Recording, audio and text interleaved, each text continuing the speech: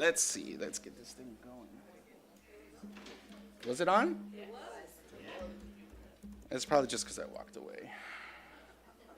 There we go, yeah. So I am going to make a little plea. If there are any of you who are able-bodied, perhaps slightly younger people, who might be willing to move to the periphery a little bit, so as some of our older parishioners arrive, who are going to need to be accommodated, we'd be so grateful for that. So maybe we can move. Oh my goodness, look at all these wonderfully empathetic people. It's like you already heard my sermon. You don't all have to leave. You don't all have to leave. We got everything. We got everything. That's what I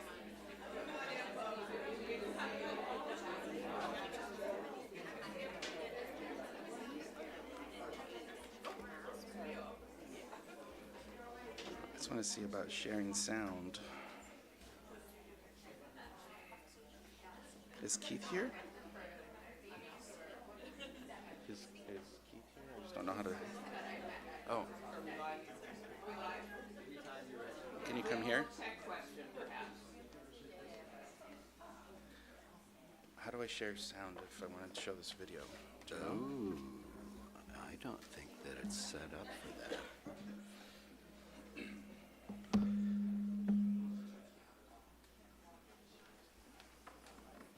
mean, if I can't share it, I can't share it. Yeah. Participation. 2/3 of eligible U.S. voters cast a ballot in the 2020 election. As much as That's 10%. Grassroots style. Yeah, grassroots style. Whatever works.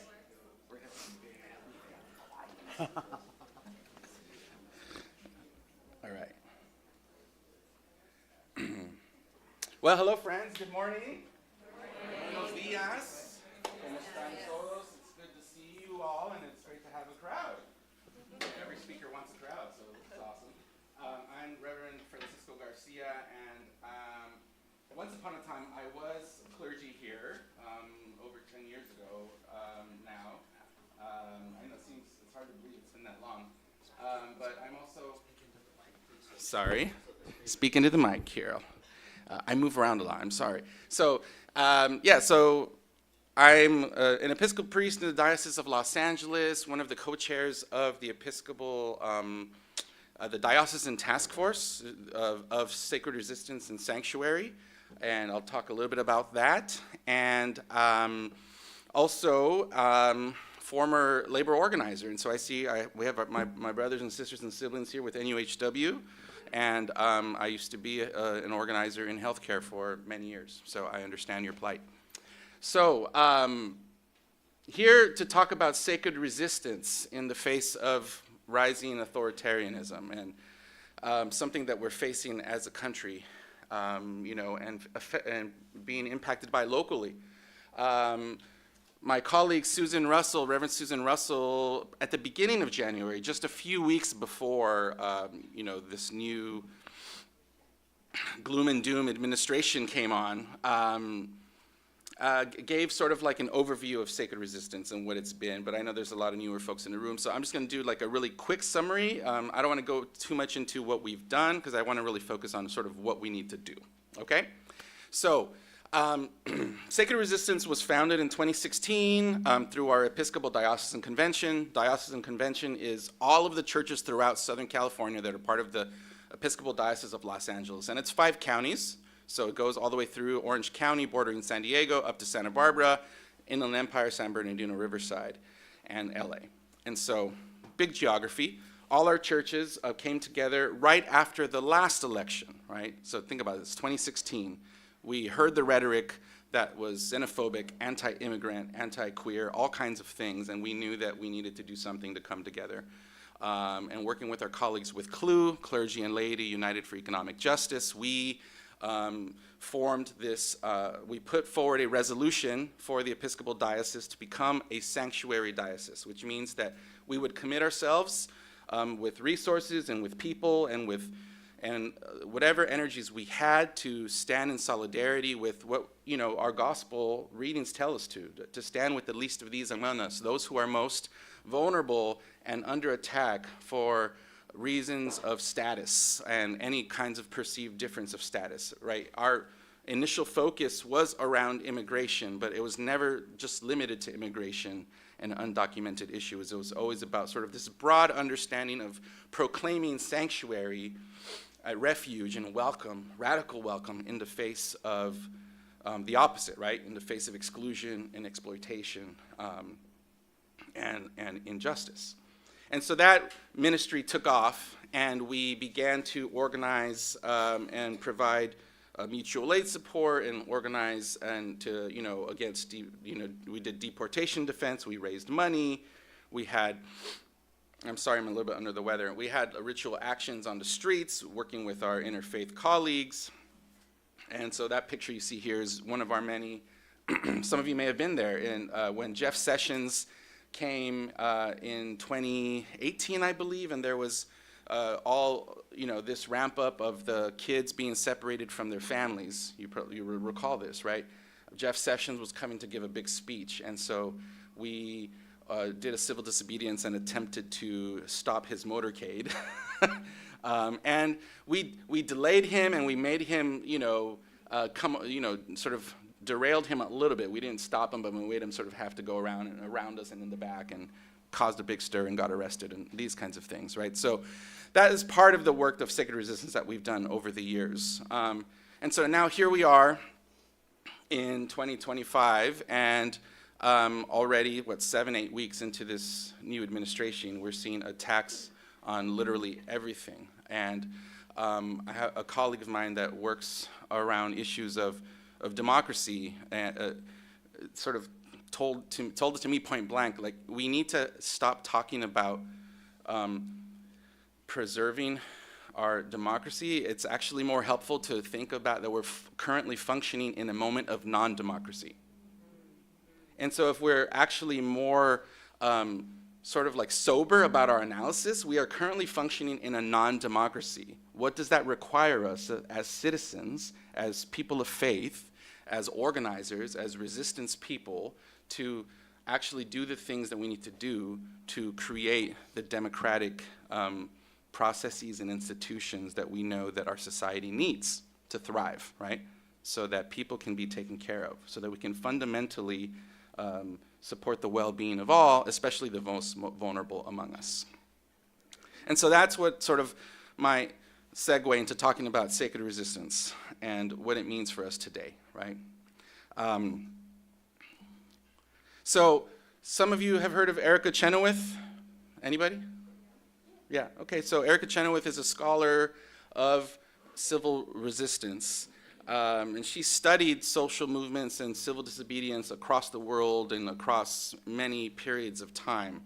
And the big thing that she has identified is that it really only takes 3.5% of the population to create the kind of power that would topple regimes. But if we run the numbers, right, the United States has about 364 million people. 3.5% is just around 12 million. And we can sort of crunch the numbers, right, and think about it in different ways. In the 2024 election, 156 million people voted. This is total, right? Total popular vote, regardless of party affiliation. So 12 million people, engaged in mass resistance is sort of what it takes to topple down a fascist, authoritarian type government. And over history, we've seen that this has played out in many countries over history. And so that's sort of what the Erica Chenoweth talks about, is there's so many different types of civil resistance. And I'm gonna try to show a portion of this video with this microphone and see if it works, okay? To get a sense of it.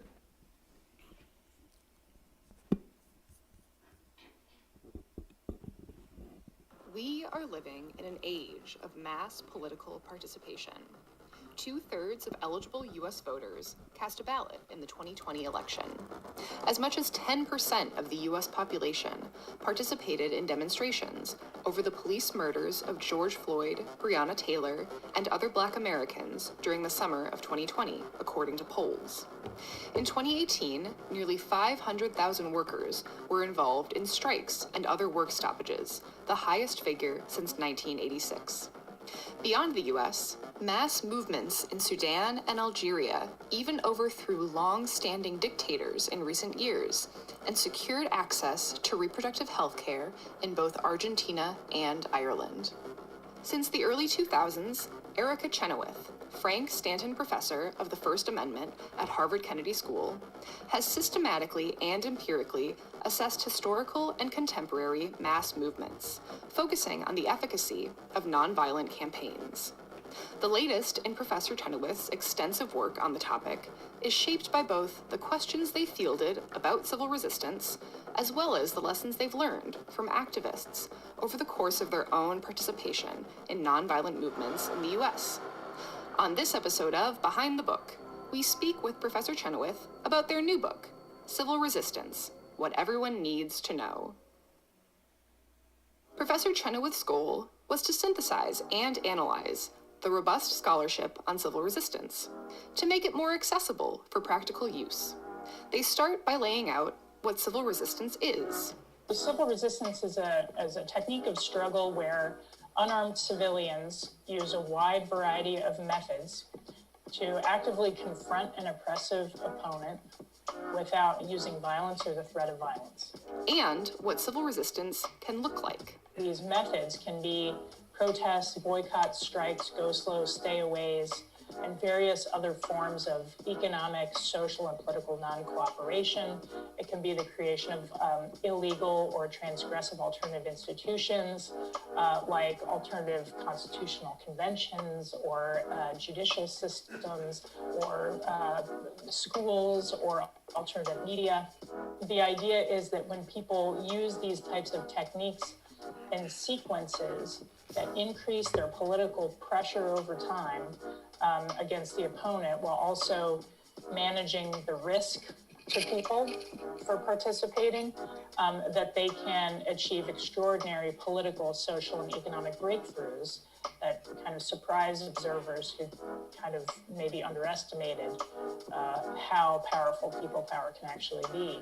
Professor Chenoweth thinks that observers tend to be surprised at the success of civil resistance movements because they're organized by marginalized members of society.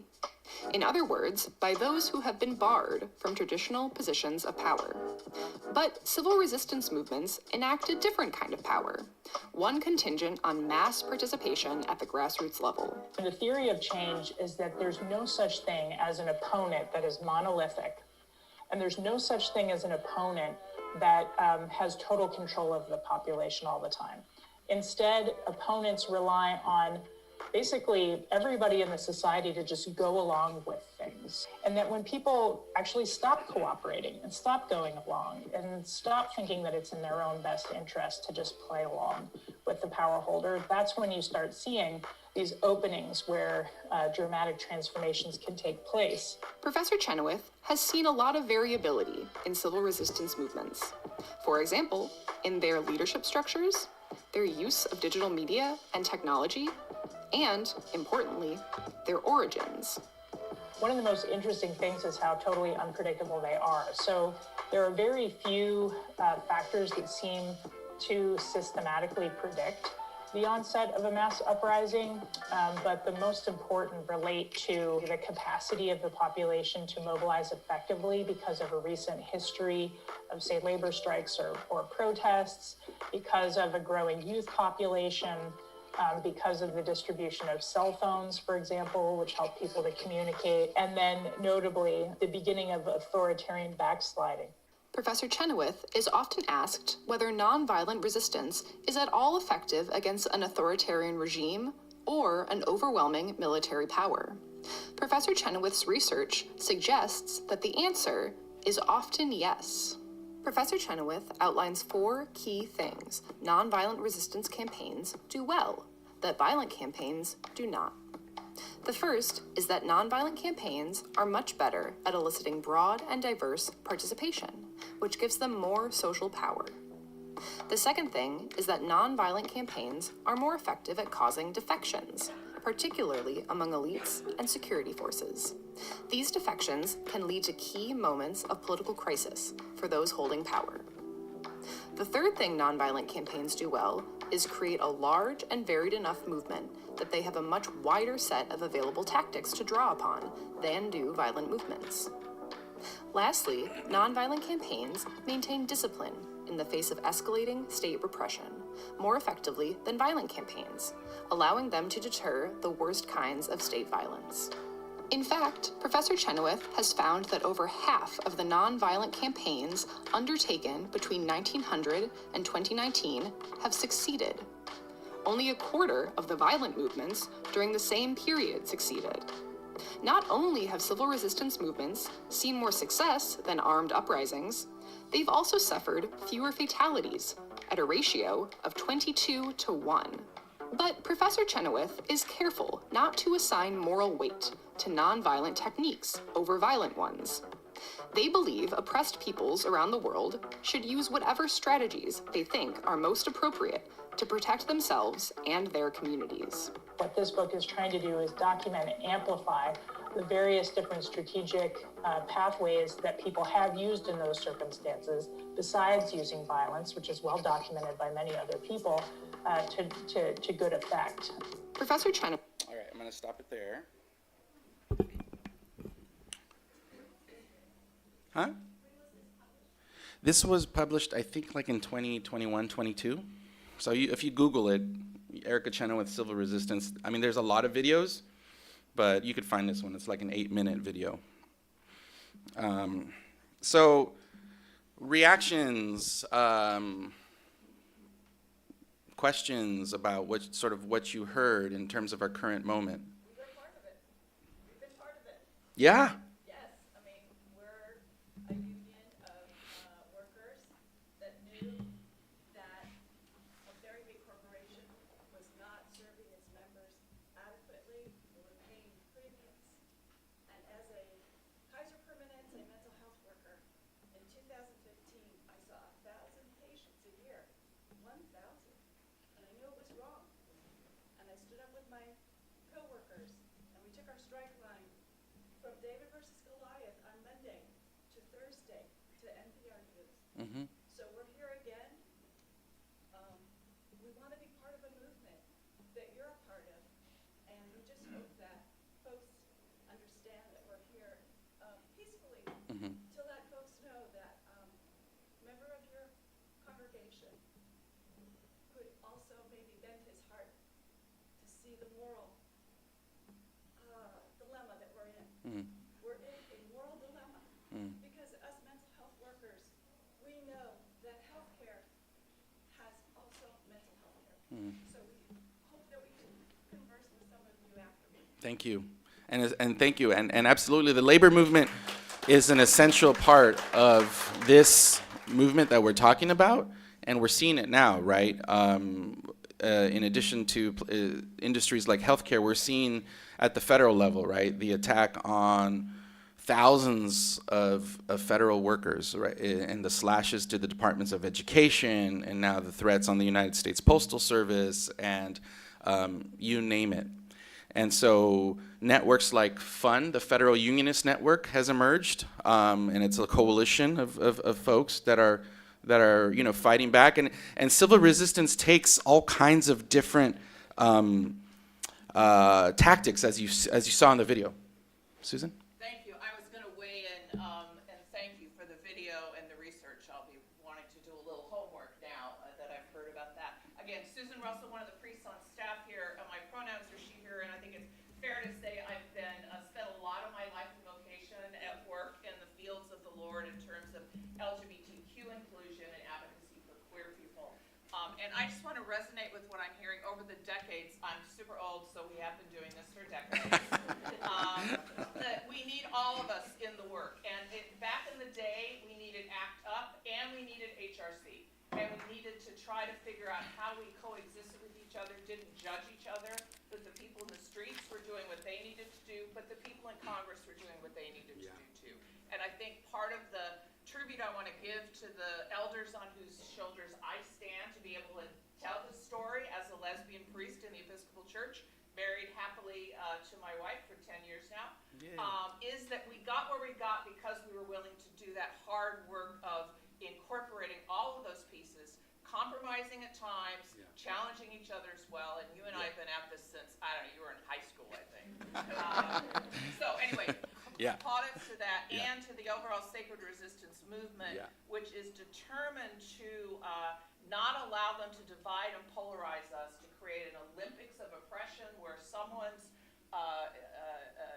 oppression is worse than someone else's. The question cannot be who do we stand up for, but how do we stand up for everyone? Absolutely. So, Thank you, Susan. That's awesome.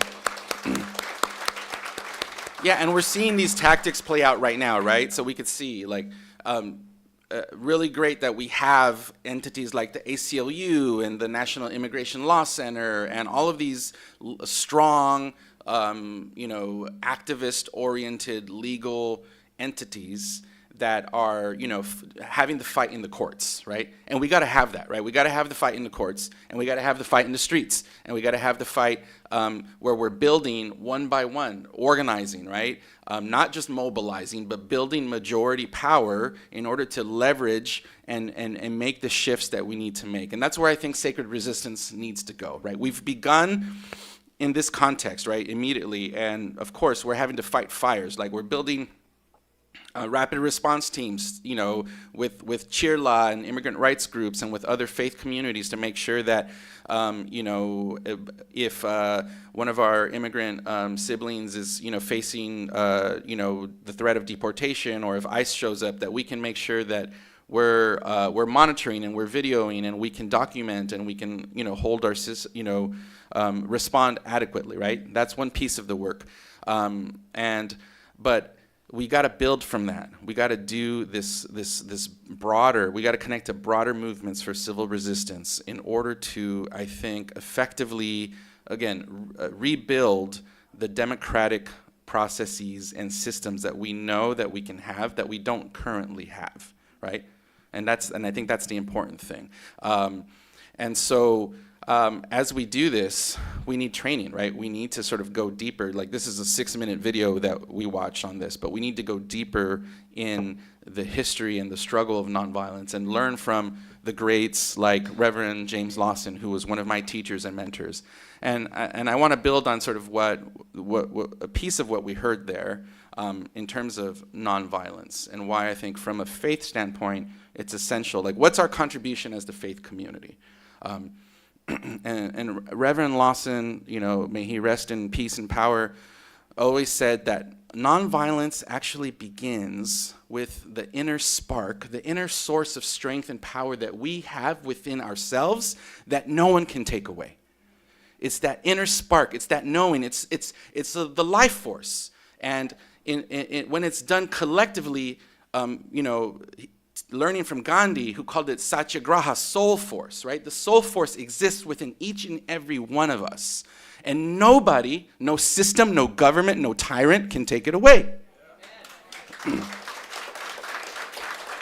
So when we realize that power, when we step into that power and know that actually it's not just my power, but it's collective power, and then we organize and build and train and equip, then that's the kind of people power that we need to take care of our communities, right? We got to do the work, though, right? And rooted in our faith traditions, right? We have fundamental teachings of Jesus, the revolutionary, right? We have our Jewish, deep Jewish values, of the legacy of liberation and the teachings from the prophetic texts. And, in every faith tradition is going to have that component that we then bring together and say, like, these are actually shared human values, right? Whether you're a person of faith, whether you're a humanist, we might be informed from a different vantage point, but then we come together in the public square, and civil resistance, we bring together a shared analysis of power, shared values, and then we act, right? In multiple places. like Reverend Susan Russell said, we don't all have to be doing the same thing, but we all got to be doing something, right? And the more that we are doing something in strategic concert with each other, the more that we can make effective change. There was a hand back here. Hi, I'm a proud member of NUHW, and I think, I'm not quite sure, I couldn't hear everything my co-member said, but I feel very so moved, because our struggle is for one of the most vulnerable members of our society, which is the people that are challenged with mental illness. And we are advocating for not just ourselves, because that's okay to advocate for the advocate, but for those in our advocacy. We're wanting more staff, we're wanting time to do ethical treatment, because we know that ethical treatment works, and we know that any one of us can be struck by mental illness at any time, and we want to make sure that when you come to us, that we can have the support of the system we work with to do ethical treatment to get you back on your feet, or to get you to a place where you can enjoy your day one at a time. And that's why we're here. That's why I'm here. Because I love that, that vulnerable, that's a very vulnerable part of our society. I understand. Thank you for sharing that.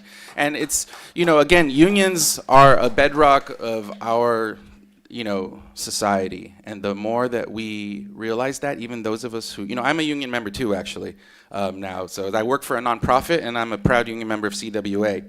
And so I've not only been a union organizer, I also know what it means to be a unionist. And it's not just about political. This is another thing about civil resistance, is that oftentimes we focus solely on political democracy or electoral democracy, right? And we don't think about things like economic democracy. So think about what that means, right? The power of us as communities to be able to have a say in the the bulk of the time that we spend our lives working, right? Economic democracy means that there is dignity in all of labor, right? Dr. King said it. There is dignity in all of labor. And the more that we lift up that fundamental truth and fight for that, and then align it with like what we were talking about, like the fact that everybody needs health care, right? We're in a housing crisis, we're in a healthcare crisis, we're in a mental health crisis. All of these things we need to figure out as a society, how do we restore democracy in a way that actually takes care of our people, right? All of our people. And we need civil resistance to do that, because there are ideological forces. This is what people need to realize. The folks that are in power right now are ideologically committed to seeing this through. We should be, very sober again about this analysis. They want to literally break the government entirely, and there are forces that are directly connected to the highest officials in power at this moment. This is not conspiracy, folks. That believe that the way to run, a better way to run our government and our American system would be to have something akin to a CEO/dictator, right? Running the show and destroying government and farming it all out to the private sector. This is their vision. Neo-reactionaries, look it up. So this is why civil resistance is all the more urgent for us to engage and to sort of come from our respective place, whether we're workers, people of faith, and then come together across sectors, right, in strategic moments to do this work together. Yes. Good morning, my name is Karina Sicairos. I'm a bilingual medical social worker at Kaiser. Yesterday I had a wonderful opportunity to go present to a group of first and second graders at my local school district about my career in social work. And I've been a social worker for 20 years. And how do you explain to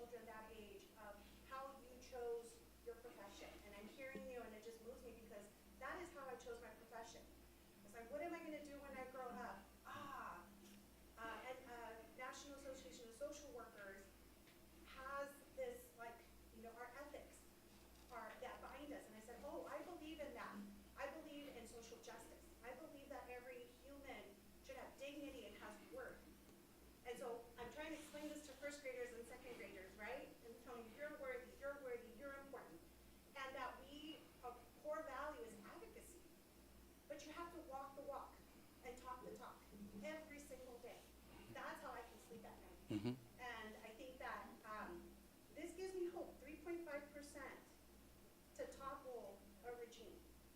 That gives me so much hope, not just for our movement to help our community, but on a bigger scale. So thank you for sharing that. This has been very helpful. Thank you. Thanks for your sharing. Go social workers. My wife's a social worker. So I know let's see, I want to move on to talk about, oh yeah, go ahead, Maddie. Oh, I was going to say briefly, there were a lot of us at a Tesla protest yesterday, and it really resonated what Chenoweth said about that nonviolent attitude and energy that you bring, and that can be seen in a lot of different ways. It doesn't mean just not, going after someone physically. It means being inclusive to everyone. There were a couple of people in the crowd that were shaming Tesla owners as they drove by, telling them, it was a bad energy. It was not what we wanted to be or do. And I think we all have to be aware of the energy that we bring. And remember, we're all on the same side. We want to be inclusive in our fight against injustice. We want to direct our energy to the perpetrators. We want to channel that energy and be united and get it to the right place and bring everyone into the struggle. Absolutely, yeah. So we don't shame people, we don't make them feel other. Everyone's our brothers and sisters in this. And when we get people on the other side to kind of start falling away, like Chenoweth said, you get those people that have identified with that power, and they start to fall away and they see that they're invested in the community and one another. Then we start winning. Absolutely. Yeah, and I think to your point, Maddie, there's so many lessons in the movement, in resistance and social justice movements that sort of teach this lesson. And Dr. King talked about, the nonviolent ethic in the Black freedom struggle was not about being passive, right? It was not about being, turning the other cheek in some kind of, perceived soft way, right?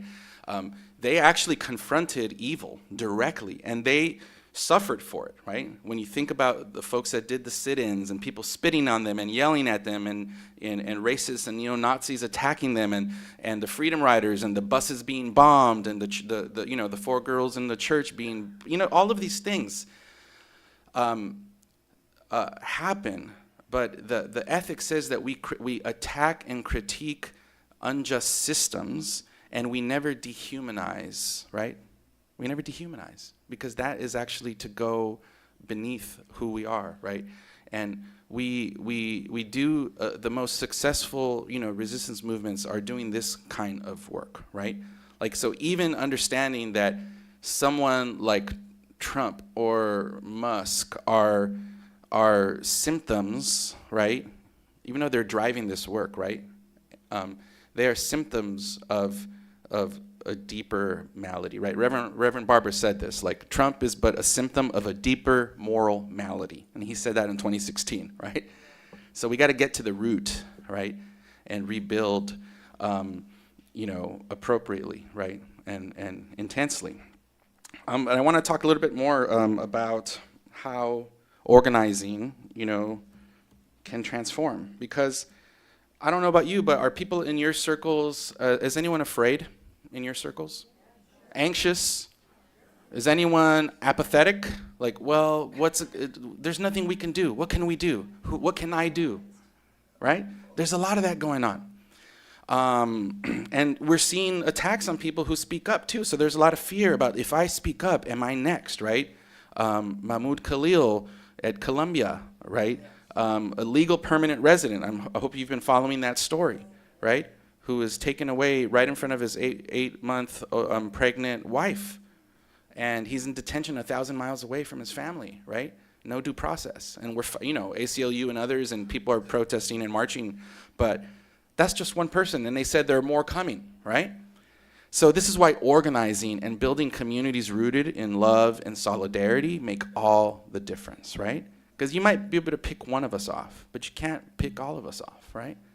And we just have to know that the safest community is an organized community. And just a little quick graph that sort of demonstrates this is sort of what organizing does, right? And some of you labor people may have seen this before. Where there's confusion, an organizer can help interpret and help bring understanding. Where there's apathy, an organizer can motivate and help activate people. Where there's fear or scare, organizers can challenge and bring a sense of confidence in people, right? Where there's division, organizers can help create, again, shared values, shared understanding, unity, and bring people together in common cause. And then finally, folks who feel kind of unmotivated, an organizer can bring a plan to win, right? Here's our plan to win, right? We're going to go from here to here, right? A, B, C. And people have a sense of purpose. All of this coming together, right? And when I say organizer, anyone can be an organizer. It's not that some organizers are paid to do their work full time, but any individual that brings people together and moves them to action is an organizer, right? If you have people and you bring them together and you move them to action, consider yourself an organizer, right? We need more organizers in this movement, whether you're paid or unpaid, right? Even if you're a paid organizer, then many of us do unpaid organizing after that, right? That's what it takes, to build civil resistance. So remember that this is more than just turning out to a rally. This is building relationships. This is moving people over a period of time with intention, with training, with formation, with spirit, right? And then finally, coming back to our faith tradition, a little in the Episcopal Church and in other Christian faith traditions, we do a little something called Lectio Divina, right? Divine reading. So this is something where we reflect on a piece of scripture and we think about what it means for us, what it means for our context, and how we might be moved to act by it. And so I want to take the time to, everyone just kind of listen. I'll read it and see what comes up for you in this scripture based on the conversation that we've had. It's from 1 Corinthians 12. The eye cannot say to the hand, I don't need you. And the head cannot say to the feet, I don't need you. On the contrary, those parts of the body that seem to be weaker are indispensable. And the parts that we think are less honorable, we treat with special honor. And the parts that are unpresentable are treated with special modesty, while our presentable parts need no special treatment. But God has put the body together, giving greater honor to the parts that lacked it, so that there should be no division in the body, but that its parts should have equal concern for each other. If one part suffers, every part suffers with it. If one part is honored, every part rejoices with it.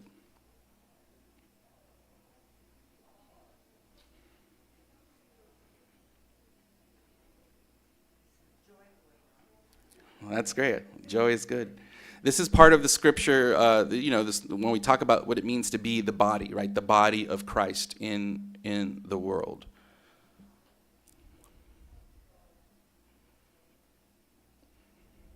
Anything coming up for people? Yeah. We're not whole without everyone, right? We need everyone represented, everyone to not just be seen, but to be heard and to enjoy the basics of what is our life, what is our life force, what we bring and what we share and what we commune with together.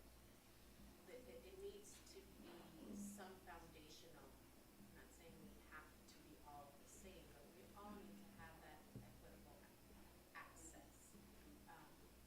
Otherwise, we are not whole. Yes, thank you. Others? We need everybody to be whole, right? We need every part to be whole in essence, right? Suffering to one is suffering to all, right? And there's a labor adage, right? An injury to one is an injury to all. You see some resonance here? The principle of solidarity. Yes. Others? I'm not sure I'm saying it correctly, but the smallest part of the body is one of the most integral part of the body. Yes. Really resonates. The smallest part of the body is one of the most integral parts of the body, yes. Each part is just as important, just as valuable, whatever that part brings. It's just Each part is just as important, just as valuable. Mm-hmm. Yeah. Do not stand idly by. Yeah. Yeah. Do not stand idly by. So we have the resources. Again, going back to who we are as humans, as people that are organized in our society, we are equipped, right? We have the means, we have what it takes to do this work and to create the world that we know should exist. But it's going to take work.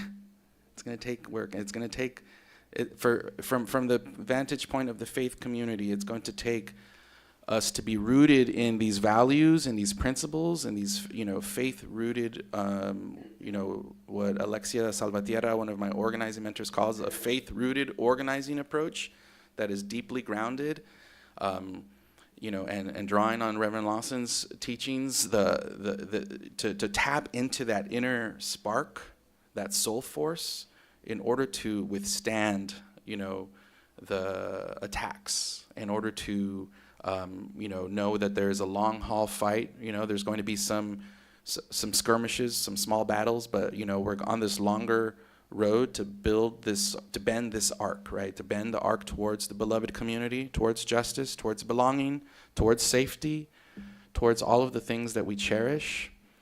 And it's going to take every part of the body to do this, right? Francisco, I'm John Hyde. I'm with the Interfaith Study Group. And one of the things that impacts me is compassion fatigue. Absolutely. Now, when we first started, the Jews, Muslims, and Christians got together in demonstrating for our compassion towards the people in Gaza and stopping our bombs. There were 200 or 300 people out there. Today, we'll have about 20 or 30. Yeah. How do you best approach solving that problem? Because the commitment's great and strong in the beginning, but after a while, our knees get weak. Absolutely.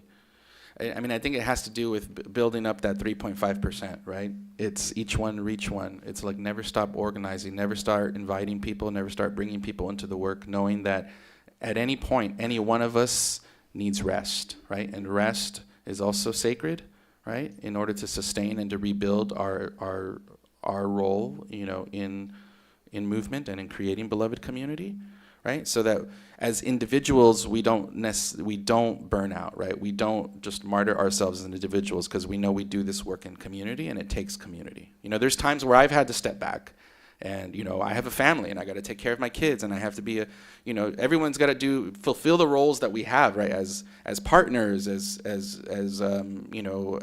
sons and daughters and, parents and all the things, aunts and uncles. I'm really talking about the effect of seeing bombs hit and hit and hit, seeing us demonstrate, feeling depressed about it, Yeah. and getting to the point where we just normalize it. And I think Absolutely, yeah. the worst thing that's happened to us That's another issue too. is that we've normalized the killing of people in Gaza to the point where we can just be blind to other killing. Well, we should ensure and do the work that it is never normalized, right? So we have to, if the tactics that we've been using stop working, then we need to sort of explore other tactics too, right? And I think that's part of the creative work of resistance. Like, okay, we've tried this and maybe we've lost people here. What is something new and different that we need to do in order to continue to convey our message adequately, right? And to continue to raise up the meter of compassion, right? To bring it back. So one of the things that affected me on Monday nights when we were doing the Gaza thing, right? It started to become like things, the signs would say things like, Harris is killing children, Biden is killing children, so angry. And so I understand if I were a Palestinian, the frustration and the anger. But what happens was when cars are coming by, see this, and they already have a preconceived idea of what Palestinians are about is Hamas, right? So there is a balance. There's like, how do you make it so that people come and are on your side, instead of making everybody else going, we're not going to vote. I stopped going. I mean, yeah, I don't have time to answer that question in a whole lot of detail here, but there's going to be a diversity of tactics and approaches. And again, if you do the thing that you feel, if that doesn't agreeable to you, then you find another way, with other people to get your message across, And I'm unfortunately, I know that we're probably short on time. Is that right? So we're going to have to end it there. Tim, did you want to come and close us out? But thank you so much. Again, engage, organize, come together. Civil resistance works, especially when it's rooted in faith. Francisco, thank you. So let me just quickly introduce myself. My name is Tim Rich. My pronouns are he, him. My title is priest in charge. That's the Episcopal. I'm not puffing out my chest. That's my title. Plenty of people around here can tell you how much meaning there is to that title. But I particularly want to welcome our guests. Not only as the priest in charge, but actually as a psychotherapist for my first vocation. So welcome to you all. I will say this in about 45 minutes, but let me say it now. Every Sunday we say no matter who you are, no matter where you find yourself on your spiritual journey, you are welcome. And so I'm not sure what your plans are, but if you would like to journey a few steps in and worship with us, welcome. I hope you will find yourself fed in the experience of community there. And of course, I hope you will find yourself well fed in your vocation as you move forward. So I just wanted to say welcome, and yes, we've got to get this guy over to the church to broadcast the services. I'm not sure if Francisco is running or if there's time to talk with him, but I'll stay for informal. but I got to run as well. So thank you for being here. Welcome, and Francisco. Thank you.